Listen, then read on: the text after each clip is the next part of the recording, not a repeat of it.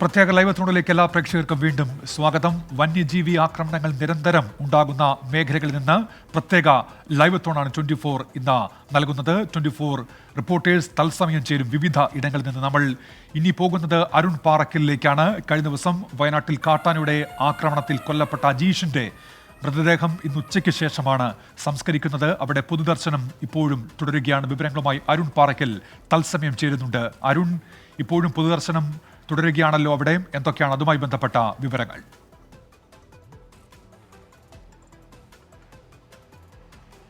ഉന്മേഷ്, ഞാനിപ്പോൾ മാനന്തവാടി ചാലികത്തയിലെ പടമലയിലുള്ള അജീഷിൻ്റെ വീട്ടിലാണുള്ളത്. ഇന്ന് 9 മണിയോടുകൂടി വീട്ടുവളപ്പിൽ പൊതുദർശനം ആരംഭിച്ചിട്ടുണ്ട്. വീട്ടിൽ മുൻവശത്തെ പൊതുദർശനം ആരംഭിച്ചിട്ടുണ്ട്. ഇന്നലെ രാത്രി 9:45 കൂടിയായിരുന്നു പോസ്റ്റ്മോർട്ടത്തിന് ശേഷം മെഡിക്കൽ കോളേജിൽ നിന്ന് വീട്ടിലേക്ക് മൃതദേഹം എത്തിച്ചത്. എന്തായാലും ഇന്നലെ വൈകിട്ട് മുതൽ തന്നെ ജനസാഗരമാണ് ഇവിടേക്ക്. അജീഷ് വീട്ടുകാർക്കും നാട്ടുകാർക്കും ഒരുപോലെ പ്രിയപ്പെട്ടവനായിരുന്നു എന്നുള്ളത് വേണം മനസ്സിലാക്കാൻ. കണ്ണീർ കടലാണ് ഇവിടെ നമുക്ക് കാണാൻ കഴിയുന്നത്. വിഷമവൃത്തത്തിലാണ്. ഇവിടെ നിന്ന് എന്താണ് പറയേണ്ടത് എന്ന് പോലും അറിയാൻ കഴിയാത്ത അവസ്ഥ. എന്തായാലും ഇന്ന് വൈകിട്ട് 3 മണിയോടുകൂടി അടുത്തുള്ള പള്ളിയിലാണ് സംസ്കാരം ഉൾപ്പെടെയുള്ള ചടങ്ങുകൾ നിശ്ചയിച്ചിരിക്കുന്നത്. ഇപ്പോൾ 9 മണി മുതൽ പൊതുദർശനം ആരംഭിച്ചു. വൈകുന്നേരം 3 മണി വരെയാണ് പൊതുദർശനം. വൈകുന്നേരം 3 മണിക്ക് ശേഷം വീട്ടിൽ ചില ചടങ്ങുകളുണ്ട്, മതപരമായ ചടങ്ങുകളുണ്ട്. അതിനുശേഷമായിരിക്കും വൈകുന്നേരത്തോടുകൂടി പള്ളിയിൽ സംസ്കാരം ഉൾപ്പെടെയുള്ള ചടങ്ങുകളിലേക്ക് കടക്കുക.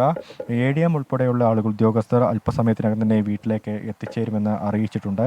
വൈകുന്നേരത്തോടുകൂടി സംസ്കാര ചടങ്ങുകൾ ആരംഭിക്കുന്നതിന് മുൻപ് തന്നെ ജനപ്രതിനിധികൾ ഉൾപ്പെടെയുള്ളവർ, MLA-മാരും MP-മാരും ഉൾപ്പെടെയുള്ളവർ ഇവിടേക്ക് എത്തുമെന്നും അറിയാൻ സാധിച്ചിട്ടുണ്ട്. എന്തായാലും ഇപ്പോഴും പൊതുദർശന ചടങ്ങുകൾ നടക്കുകയാണ്.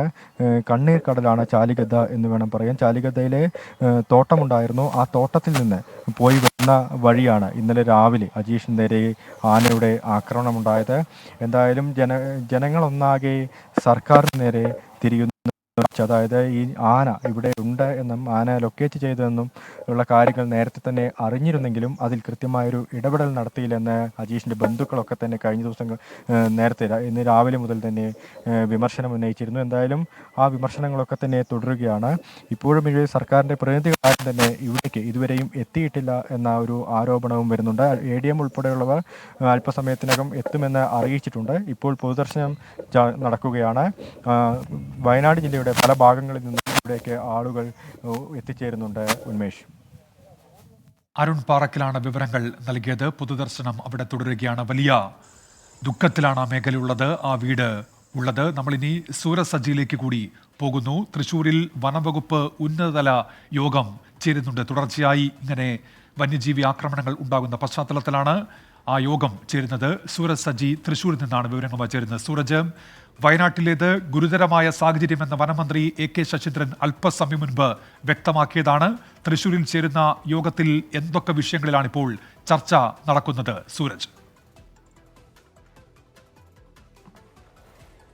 ഉന്മേഷ്, എന്തായാലും തൃശ്ശൂരിൽ ഉന്നതതല യോഗം തുടങ്ങിയിട്ടുണ്ട്. ഇപ്പോൾ ഏകദേശം ഒരു 10 മിനിറ്റ് പിന്നിടുകയാണ്. പ്രധാനമായും ഈ വന്യജീവി ആക്രമണങ്ങൾ തുടർക്കഥയാകുന്ന ഒരു സാഹചര്യം, സർക്കാർ തന്നെ വലിയ ഒരു പ്രതിരോധത്തിലേക്ക് പോകുന്ന ഒരു സാഹചര്യമുണ്ട്. ഈ സാഹചര്യത്തിലാണ് ഇപ്പോൾ അടിയന്തര ഒരു യോഗത്തിലേക്ക് ഇപ്പോൾ ഈ സർക്കാർ ഇടപെട്ടുകൊണ്ട് ഇപ്പോൾ വനമന്ത്രിയുടെ നേതൃത്വത്തിൽ ഒരു യോഗത്തിലേക്ക് കടന്നിട്ടുള്ളത്. അതിൽ മന്ത്രി K രാധാകൃഷ്ണൻ പങ്കെടുക്കുന്നുണ്ട്. അതുപോലെ തന്നെ ചീഫ് വൈൽഡ് ലൈഫ് വാർഡൻ അടക്കമുള്ള ഉന്നത ഉദ്യോഗസ്ഥരും ഈ യോഗത്തിൽ പങ്കെടുക്കുന്നുണ്ട്. അതോടൊപ്പം തന്നെ ഈ വയനാടുമായി ബന്ധപ്പെട്ടുകൊണ്ട് ഗൗരവമേറിയ വിഷയങ്ങളാണ് ഈ യോഗത്തിൽ ചർച്ച ചെയ്യുന്നത്. കാരണം ഈ ആന ഇറങ്ങുന്ന വേളയിൽ പോലും കൃത്യമായ വിവരം അത് കേരള വനംവകുപ്പിന് ലഭിച്ചില്ല എന്ന വലിയ വിമർശനം നിലനിൽക്കുന്നുണ്ട്. ഇതാണ് യോഗത്തിൽ പ്രധാനമായും ചർച്ച ചെയ്യുന്നത്. കാരണം ഇതിന്റെ റിസീവർ, അതായത് ഈ റേഡിയോ കോളർ ഘടിപ്പിച്ച ആനയാണ്, പക്ഷേ അതിന്റെ സിഗ്നൽ ലഭിക്കുന്നതിന് വേണ്ട റിസീവറും ഈ ടവറും അടക്കമുള്ള കാര്യങ്ങൾക്ക് വേണ്ടി പല കുറി കർണാടക വനംവകുപ്പിന് ബന്ധപ്പെട്ടെങ്കിൽ പോലും അതിന് തയ്യാറായിരുന്നില്ല. പിന്നീട് ഈ റിസീവർ അടക്കം കോയമ്പത്തൂരിൽ ഒരു സന്നദ്ധ സംഘടനയുടെ കയ്യിൽ നിന്നാണ് ഇത്, അവിടെ നിന്നുള്ളൊരു സംഘടനയുടെ കയ്യിൽ നിന്നാണ് കേരള വനംവകുപ്പ് വാങ്ങുന്നത്.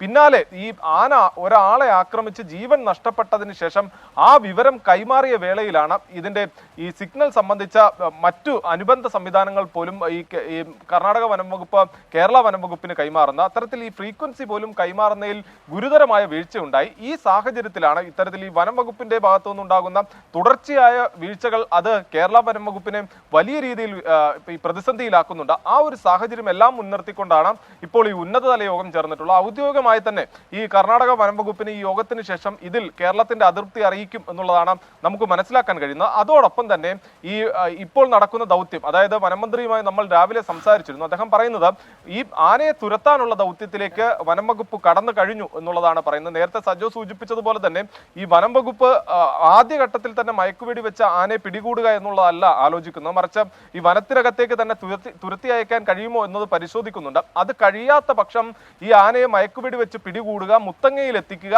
ആനയുടെ ആരോഗ്യസ്ഥിതി പരിശോധിക്കുന്നവരെ, അതായത് ആരോഗ്യസ്ഥിതിയിൽ എന്തെങ്കിലും ആശങ്കയുണ്ടോ അല്ലെങ്കിൽ ആരോഗ്യസ്ഥിതി വീണ്ടെടുക്കേണ്ടതുണ്ടോ അത്തരം കാര്യങ്ങൾ പരിശോധിച്ചതിന് ശേഷമായിരിക്കും ഇതിനെ പിന്നീട് വനത്തിലേക്ക് മാറ്റണമോ എന്നത് സംബന്ധിച്ചുള്ള എല്ലാ കാര്യങ്ങളിലേക്കും കടക്കുക. ഇപ്പോൾ വനം വകുപ്പ് തീരുമാനിച്ചിരിക്കുന്നത്, നേരത്തെ തണ്ണീർക്കൊമ്പനെ പിടികൂടിയ സമയത്ത് ആ തണ്ണീർക്കൊമ്പനെ പിടികൂടി പിന്നീട് കർണാടക വനം വകുപ്പിനാണ് കൈമാറിയതെങ്കിൽ ഈ ആനയെ കേരളം വനം വകുപ്പിന് കീഴിൽ തന്നെ നിർത്തുക എന്നുള്ളതാണ് ഉദ്ദേശിച്ചിട്ടുള്ളത്. അതിന്റെ ഭാഗമായിക്കൊണ്ട് തന്നെ ഒന്നുകിൽ ആനയെ വനത്തിലേക്ക് തുരത്തും, വനത്തിലേക്ക് ആനയെ തുരത്താൻ കഴിയാത്ത പക്ഷം മയക്കുപിടി വെച്ച് പിടികൂടും, അതിനുശേഷം മുത്തങ്ങയിൽ എത്തിക്കാനുള്ള നടപടിയിലേക്കാണ് കടക്കുന്നത്. എന്തായാലും സംസ്ഥാനത്ത് വർദ്ധിച്ചു വരുന്ന വന്യജീവി ആക്രമണം അടക്കമുള്ള വിഷയങ്ങളിൽ ഇപ്പോൾ ഈ ഉന്നതതല യോഗത്തിൽ ചർച്ചയാവുകയാണ്. ഉന്മേഷ്.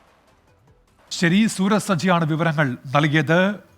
വന്യജീവി വകുപ്പിന്റെ ഉന്നതതല യോഗം തൃശൂരിൽ ഇപ്പോൾ പുരോഗമിച്ചുകൊണ്ട് ഇരിക്കുകയാണ്. വന്യജീവി ആക്രമണം തുടർക്കഥയാകുന്ന വയനാട്ടിലേത് ഗുരുതര സാഹചര്യം എന്നാണ് യോഗത്തിന് തൊട്ടുമുൻപ് പ്രതികരണമുണ്ടായത്.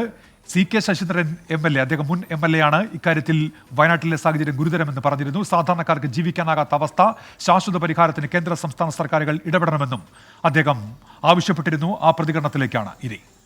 വയനാട്ടിൽ വന്യമൃഗശല്യം വളരെ രൂക്ഷമാണ്. സാധാരണ ജനങ്ങൾക്ക് ജീവിക്കാൻ കഴിയാത്ത അവസ്ഥയിലേക്ക് കാര്യങ്ങൾ മാറിയിട്ടുണ്ട്. വന്യമൃഗശല്യം പരിഹരിക്കുന്നതിന് വേണ്ടിയുള്ള ശാശ്വതമായ നടപടികൾ ആവശ്യമാണ്. കേന്ദ്ര സംസ്ഥാന ഗവൺമെൻറ്റുകൾ അടിയന്തര പ്രാധാന്യത്തോടെ ഇടപെടേണ്ടതുണ്ട്.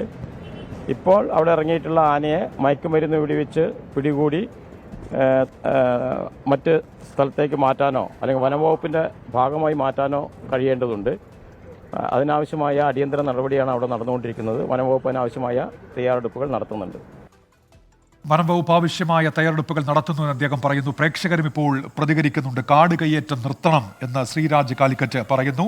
സന്തോഷ് ശിവ പറയുന്നു, വനത്തിനുള്ള നീർച്ചാലുകൾ സംരക്ഷണം നൽകി ചെറിയ കുളങ്ങൾ നിർമ്മിക്കണം. ഒരു പരിധിവരെ ഇത്തരത്തിൽ വന്യമൃഗങ്ങൾ നാട്ടിലേക്ക് ഇറങ്ങുന്ന തടയാൻ കഴിയും എന്ന സന്തോഷ് ശിവയുടെ പ്രതികരണം വരുന്നു. പ്രേക്ഷകരും സജീവമായി നമ്മുടെ ലൈവ് എത്തോണിനോട് പ്രതികരിക്കുന്നുണ്ട്.